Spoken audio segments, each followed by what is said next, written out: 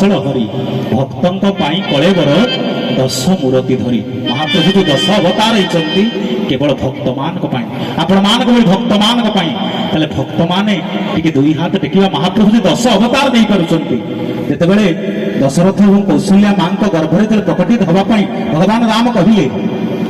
अति सुंदर भाव में मनु सतरूपा रूप से आद्य पुरुष आद्य नारी होती मनु सतरूपा तो केमी मु प्रकटित हेबी सी कौन क्या गर्भरे रही पारती सी अज ब्रह्म अनामय अज भगवंता व्यापक अजीत अनादि अनंता जी अज किए व्याप्त कर तुलसीदास कलम कले भय प्रगट कृपाला दीन दयाला कौशल्या हितकारी हरसीत महतारी मुनि मनहारी अद्भुत रूप विचारी महाप्रभु भୟରେ प्रकटित हो गले शंख चक्र गदा पद्म धरी स्वयं नारायण प्रकटित हो गले मां कौशल्या कहले ये कौन प्रभु तम भली पुरुष को जब जात देवी बोली ये सारा जगत जानिबो ताले मते तो समस्त दोषरे लदी देबे महाप्रभु ना कौन करिवि ना होई बालक सुर भूपा तुम टे छुटिया बालक हो जाओ तेणु केमी महाप्रभु कहती भक्त हिते मोर तनु तेणु भक्त कथा मानु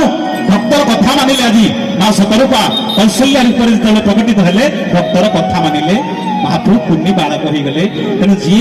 भक्तर कथा मानवा सदा प्रस्तुत से भक्त मैंने दुई हाथ टेकिया कहीं कुंठ हम तो जय जगन्नाथ भगवान की जय शुभुनी आज्ञा ये श्रीक्षेत्र माटी ये पंचकोशी भितर अच्छा आपण मैंने जय जयकार करंतु बोल जय जगन्नाथ भगवान की जा हो बहुत बहुत धन्यवाद ये समर्पित भाव रहू भाव भाव गाई शुणुले त्रिलोचन परिड़ा महोदय अति सुंदर भाव तेणु शुण आउ देरी करवानी अति सुंदर से